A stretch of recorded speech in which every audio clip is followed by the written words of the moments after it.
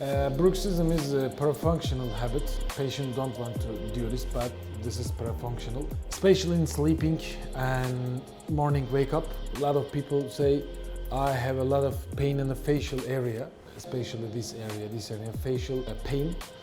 Because of this, masseteric and temporal muscles, we inject the botox, especially in masseteric muscle, and then little temporal muscle.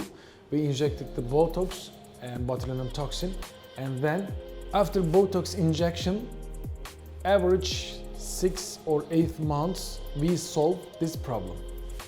Thank you.